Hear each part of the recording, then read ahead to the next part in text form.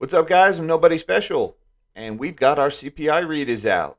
All right, let's get into the numbers. So, 5.4% year over year, 0.5% month over month. All right, I would, the talking heads and financial press are saying this number is lower than expected. I don't know what they were reading, but everything I saw and all the interviews I saw said a lot of these smart guys were expecting a lower CPI read. So, year over year number coming in at 5.4%. That is a tie for the highest read in 30 years. Um, so, this is not a tame inflation report. Anybody who's going to go in the press and tell you, you see, inflation wasn't as high as we were expecting, remind them that this is the highest in 30 years. So, what the heck were you expecting? Um, 0.5% month over month was not as big as the 0.9% month over month last month. Now the 0.9% number from last month was the highest I think since like 1981. So I would hope it's not that high. Uh, Getting into the numbers here. Now here's all the items broken down by line item. Here's your month over month number for July. Here's your month over month number for June. And then here's your number year over year. You can see here's your zero point 0.5 and here's your 5.4% year over year. Food came in just a tick lower on average compared to everything. Food at home went down a little bit like we predicted. Food away from home went up a little bit like we predicted. Um, Energy prices went up. Gasoline actually went down a little bit versus July, but we had a bump up in electric, a bump up in gas. That's natural gas, by the way. So that drove your energy number a little bit higher. That was a contributor here. Um, let's see, what else did we have a change? Gas service. Um, Now here we go. New vehicles and used vehicles, in particular used vehicles. There's a big number right there. We were predicting yesterday that used car prices would not be as big of an input, and that's correct. We went from 10.5% month over month to 0.2% month over month. So that was a big tick down, but now we're looking still a 41% year over year increase. Um, but here's the big thing. Last month, Jay Powell said he still believed inflation was transitory because things like used car prices that was going to level off, that those were shortages that were not related to inflation and that those things would go away. Well, that's true, Jay Powell. That did go away this month, but your year over year number was still 5.4%. So something else rose to take its place. In this case, it looks like restaurants, services, and hotels was really the big increase. Um, and that has to do with wage pressures in the service sector, where it's just not worth it for people to go back to work. It's just not worth it. People are not willing to work for these low wage jobs. Uh, Especially they've been used to staying home for a year now. They realize they like it, or childcare has just gotten so expensive, it's not worth it to go back and be a waiter or a waitress for essentially minimum wage when it's going to cost you $2,000 a month to have your kid taken care of. Now, here's one thing that really bugged me in this report, and this did not pass the sniff test. Rents, okay? The index for rent rose 0.2%, and the index for owner's equivalent rent increased 0.3%. All right. Have you seen a rent increase this year? Let me know down in the comments. If you've seen a rent increase this year on a percentage basis, what was it? I'm willing to bet it was a heck of a lot more than 0.2% or 0.3%. Because if you watched my video yesterday, I was predicting a bomb was going to go off in the rental category because that chart that I put up in that video showed rents increasing massively nationwide. Now, the way they report this number is so weird. I mean, it's regionally weighted, and they take some kind of average across these metropolitan areas. But 0.3, 0.2%, come on. Guys, nobody is seeing a rent increase that small. Nobody. Everybody's rent is going up faster than that. I mean, at some point we got to face reality here. That's if you're even paying your rent. I mean, are you again, let me know in the comments, are you even paying your rent right now?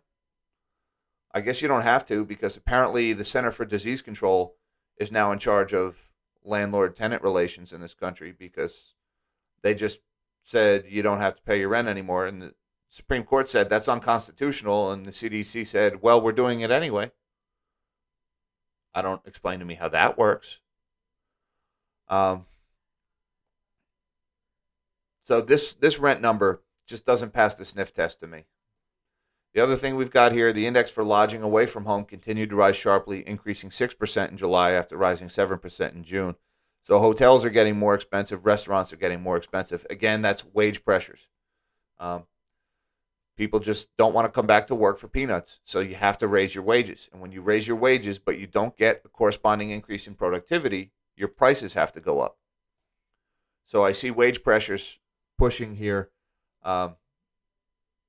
I wonder what that's going to show up in the PPI read tomorrow. I got to do some research today on the PPI read, but we may be seeing a higher PPI tomorrow. I don't know because again the commodities have gone down, but I have to really dig into the numbers and how PPI is calculated.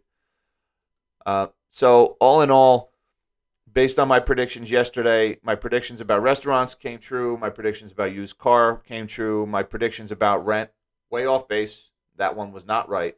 But again, I have to say, I don't really think that passes the sniff test. That 0.2, 0.3% rental increase. That number is suspect to me, especially considering that chart. So 5.4% year over year, tie for the highest rate in 30 years.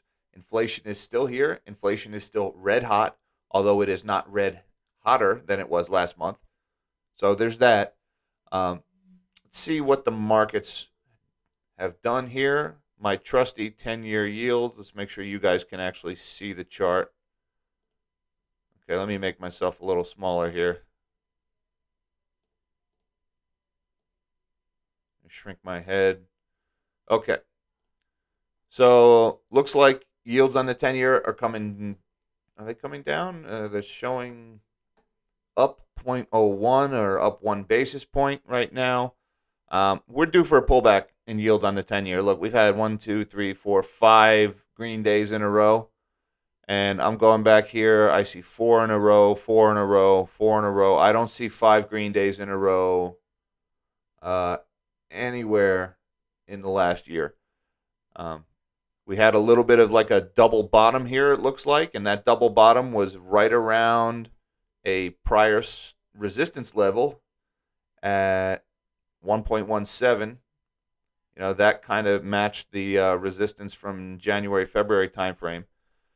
So we've come back up. It looks like we're approaching the 50-day moving average here. That's too high. We're going to come back down. We're going to retest this 200-day line somewhere around 1.29, 1.3. See where we go from there.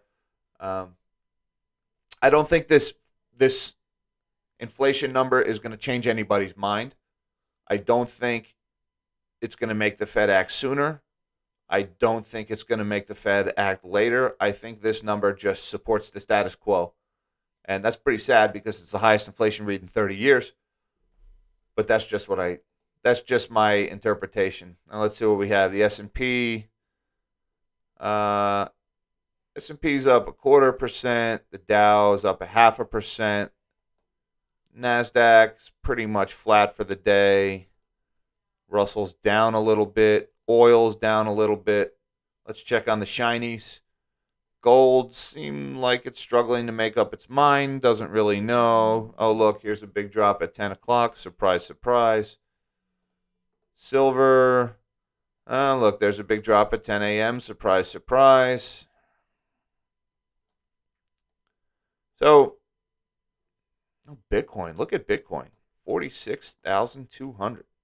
What is going on with Bitcoin? I don't know. A lot of people thought that was a head and shoulders that it put in here, but it seems like it found some support, and well, we've retaken the 50, we've retaken the 200 line. Could we see a resumption of this previous trend in Bitcoin? Boy, if that's true, maybe some of those 100,000 numbers come true. Huh.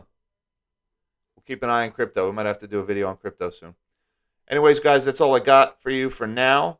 I'm going to start digging into the PPI numbers. We'll see what that gives us for tomorrow. That's the producer pricing index. That comes out tomorrow. But in the meantime, live small, dream big.